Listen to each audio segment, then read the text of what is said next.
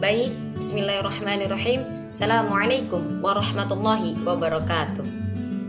Alhamdulillahi rabbil alamin, wa bihi nasta'in ala umurid dunya waddin, wassalatu wassalamu ala asyrafil anbiya'i wal mursalin sayyidina Muhammadin wa ala alihi wa sahbihi ajma'in, amma ba'd. Pertama-tama, marilah kita panjatkan puja dan puji syukur kehadirat Allah Subhanahu wa Ta'ala yang telah memberikan kita nikmat iman, ihsan, serta Islam, sehingga mudah-mudahan kalian yang menonton saya ini dan saya yang berinteraksi dengan kalian ini kita mendapatkan barokahnya. Amin. Shalawat beserta salam semoga tercurah limpahkan kepada baginda alam, yakni Habibina wa Syafi'ina wa barik maulana Muhammadin sallallahu alaihi wasallam. Yang terhormat Ibu dosen pengampu mata kuliah manajemen kurikulum, yakni Ibu Dr. Helna Nelis. Mudah-mudahan Allah selalu lancarkan rezekinya, Allah sehatkan badannya, Allah lancarkan apa maksud dan tujuannya. Amin. Baiklah, perkenalkan, nama saya Siti Nur Azkia Mumtaz. Saya dari kelas 4 MPIC. Oke, baik teman-teman, di sini teman-teman bisa ngelihat ya di PowerPoint sebelah kiri saya ada judul besar dan terdapat penjelasannya. Baik, di sini saya akan menjelaskannya. Judul besarnya itu penilaian efektivitas kurikulum untuk perbaikan dan pengembangan. Evaluasi kurikulum merupakan hal yang paling penting dalam dunia pendidikan. Dengan menilai efektivitas kurikulum, kita dapat memaksimalkan proses pembelajaran dan meningkatkan kualitas pendidikan, baik secara keseluruhan atau eksternal ya teman-teman. Oke, jadi teman-teman seperti ini pemahaman saya gitu ya. Evaluasi kurikulum adalah proses untuk menilai dan memperbaiki kurikulum yang sedang atau sudah dilaksanakan. Evaluasi kurikulum dilakukan untuk mengetahui sejauh mana kurikulum tersebut efektif dalam mencapai tujuan atau mencapai target pendidikan yang diinginkan. Seperti itu teman-teman. Oke teman-teman, lanjut ke slide yang kedua. Di sini teman-teman bisa lihat ya di sebelah kanan saya ini terdapat judul besar yaitu tujuan evaluasi kurikulum. Nah, dalam sini terdapat 3 poin ya teman-teman. Teman-teman bisa dilihat ya. Poin yang pertama yaitu evaluasi pencapaian tujuan. Maksudnya apa nih teman-teman?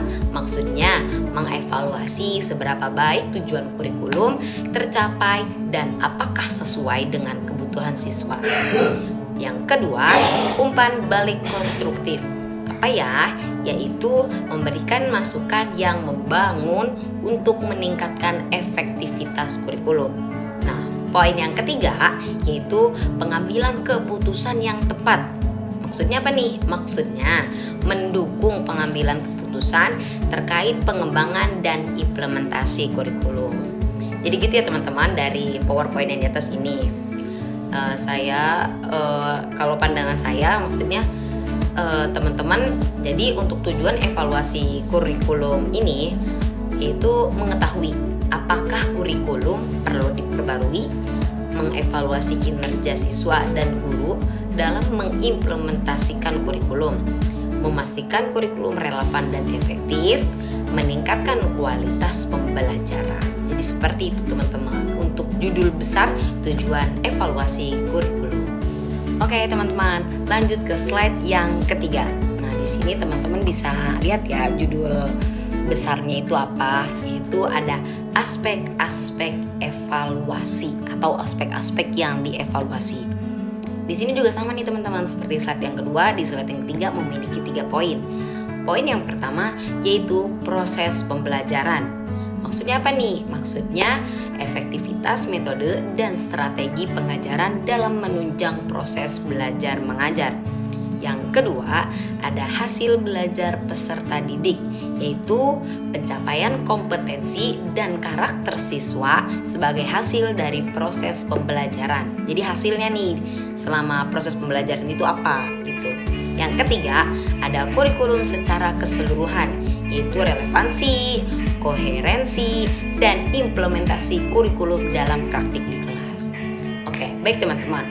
aspek yang dievaluasi juga ternyata dapat berbeda-beda juga loh, tergantung tujuan evaluasi, seperti evaluasi pembelajaran, evaluasi kebijakan publik, atau evaluasi kekayaan usaha. Nah, di sini kan kita sedang membahas kata kurikulum ya teman-teman ya, evaluasi kurikulum. Dari kata kurikulum tidak jauh dengan kata pembelajaran, di mana di dalam kurikulum pasti ada pembelajarannya teman-teman. Jadi setahu saya juga ada beberapa macam aspek evaluasi pembelajaran. Ada 3 teman-teman ya. Yang pertama itu aspek kognitif. Apa itu aspek kognitif? Yaitu pengetahuan, pemahaman, penerapan, analisis, sintesis, dan evaluasi. Jadi dalamnya itu tentang pengetahuan. Yang pertama tuh ya kognitif. Yang kedua ada aspek efektif, yaitu penerimaan, jawaban, penilaian, organisasi, dan karakteristik nilai. Jadi ini jawabannya nih. Yang ketiga ada aspek psikomotorik, yaitu keterampilan atau kemampuan bertindak setelah seseorang menerima pengalaman belajar tertentu. Nah itu jadi teman-teman beberapa macam aspek-aspek dalam evaluasi. Oke, baik teman-teman, lanjut ke slide yang keempat. Di sini teman-teman bisa ngelihat ke sebelah kiri ya, dengan judul besar metode dan teknik evaluasi. Di dalam metode dan teknik evaluasi ini teman-teman ya memiliki 4 poin. Poin yang pertama, penilaian formatif. Apa itu penilaian formatif? Yaitu memantau kemajuan belajar siswa selama proses pembelajaran. Maksudnya gimana nih? Maksudnya kalau misalkan kita lihat-lihat dari poin pertama nih ya teman-teman. Jadi kita tuh memantau atau bisa dibilang kayak meneliti lah seberapa siswa ini nih paham dengan materi pelajaran atau dengan proses pembelajaran. Jadi di awal kita memantau kegiatan mereka dalam materi ataupun dalam segi pengembangannya. Nah, lanjut ke poin yang kedua, ada penilaian sumatif. Apa itu penilaian sumatif? Yaitu mengukur pencapaian hasil belajar siswa di akhir periode setelah siswa menyelesaikan suatu materi atau pembelajaran. Jadi kan kalau tadi mah formatif mah di awal nih memantau kita. Nah, kalau misalkan sumatif itu kita di akhir melihat gitu tuh. Nah, penilaian ini juga dapat dilakukan pada akhir semester atau tahun ajaran atau jenjang pendidikan. Contohnya seperti ulangan tengah semester, ulangan akhir semester, penilaian akhir tahun, dan ujian akhir dan lain sebagainya. Nah, penilaian ini juga bisa jadi penentu nih teman-teman, apakah seorang murid tersebut akan naik kelas atau tidak, atau bisa dibilang juga murid ini nih bakal lulus atau tidaknya mereka di satuan pendidikan. Seperti itu teman-teman. Lanjut poin yang ketiga, yaitu teknik pengumpulan data. Jadi gimana teman-teman? Teknik pengumpulan data ini dengan cara tepat dan sistematis itu dapat membantu meminimalisir kesalahan dan hambatan dalam penelitian. Jadi di dalam teknik pengumpulan data ini ada 4. Bisa dilihat ya teman-teman ya.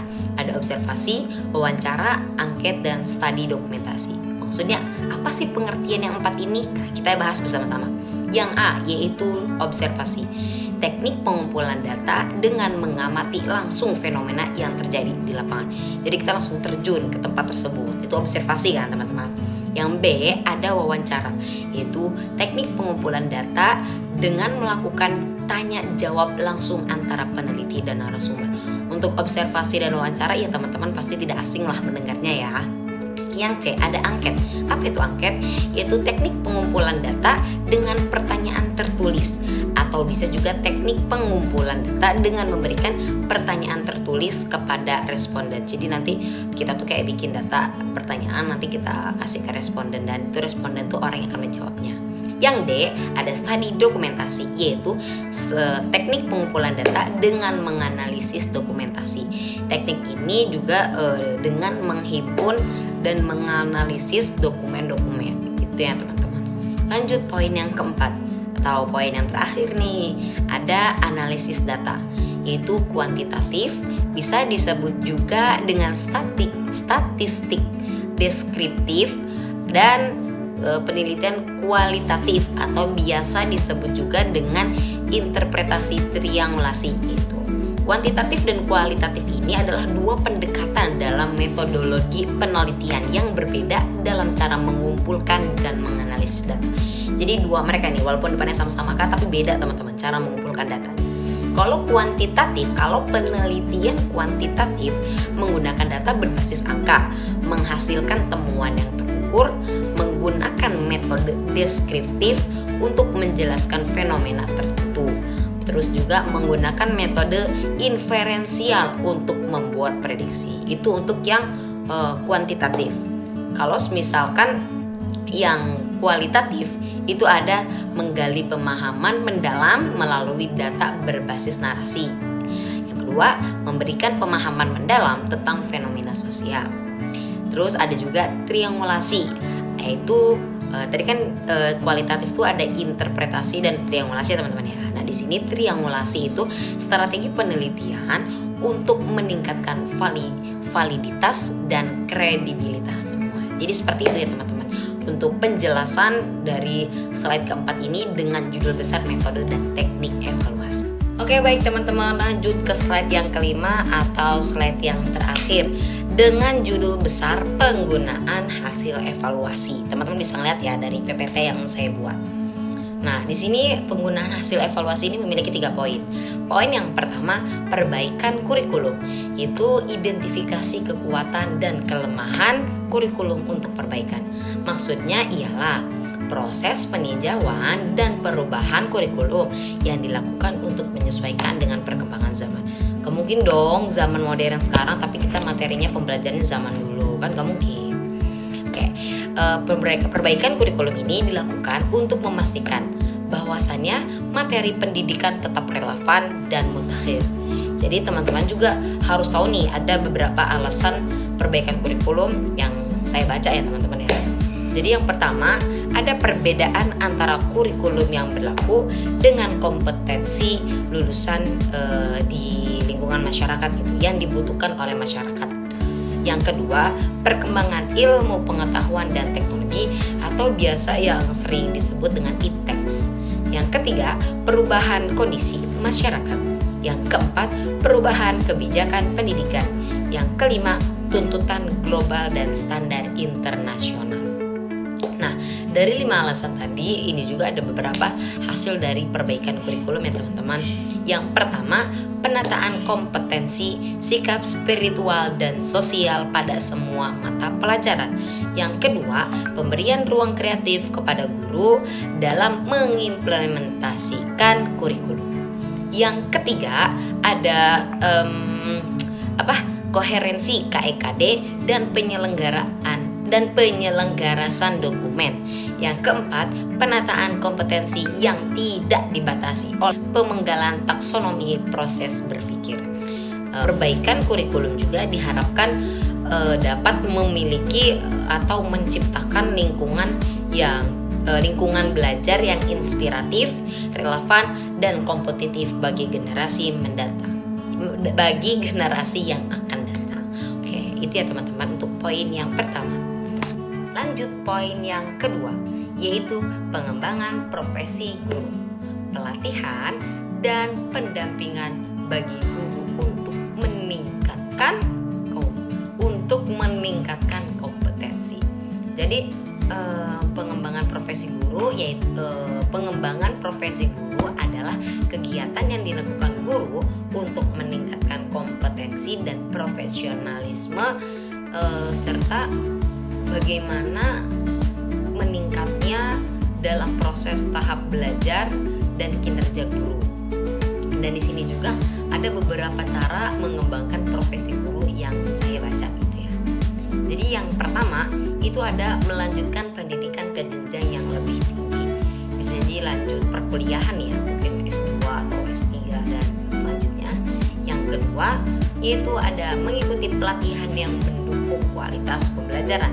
Yang ketiga, aktif mengikuti kegiatan kelompok kerja guru atau biasa disebut KKG dan komunitas guru. Program pengembangan keprofesian berkelanjutan atau PKB. PKB itu komunitas guru ya.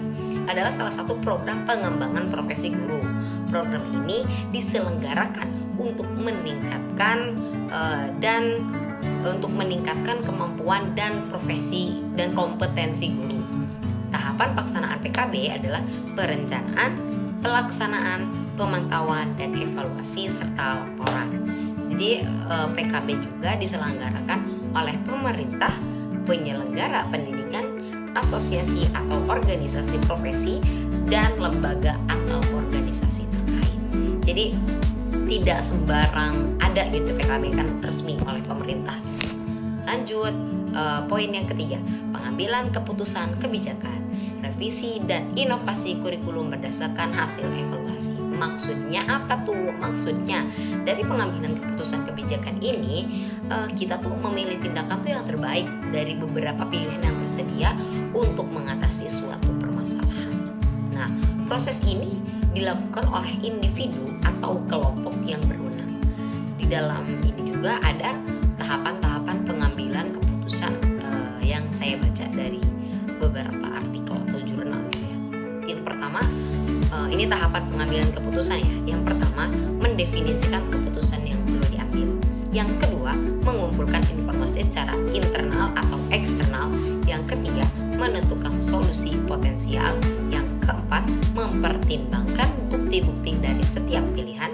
Yang kelima, membuat keputusan akhir. Dan yang keenam, melakukan tindakan atas keputusan yang diambil. Nah, itulah penjelasan tadi yang saya jelaskan dari slide yang kelima atau slide yang terakhir. Oke teman-teman, berakhirlah sudah penjelasan yang tadi saya sampaikan dari awal sampai akhir. Dan ini waktunya saya membacakan kesimpulan, yaitu evaluasi kurikulum merupakan proses berkelanjutan yang penting untuk meningkatkan kualitas pendidikan dengan melibatkan semua stakeholders dan menggunakan metode yang tepat. Hasil evaluasi dapat digunakan untuk memaksimalkan potensi siswa dan mewujudkan pendidikan yang berkualitas. Evaluasi kurikulum juga dapat memperbaiki kurikulum yang sedang dikembangkan atau yang sudah dilaksanakan. Itulah teman-teman penjelasan tentang penilaian efektivitas kurikulum untuk perbaikan dan pengembangan. Apabila terdapat banyak kesalahan kata atau ucapan, mohon dimaafkan karena saya juga masih dalam tahap proses belajar. Oke, terima kasih teman-teman yang sudah menonton atau menyaksikan. Mudah-mudahan kita ilmunya sama-sama bermanfaat. Billahi taufiq wal hidayah. Wassalamualaikum warahmatullahi wabarakatuh.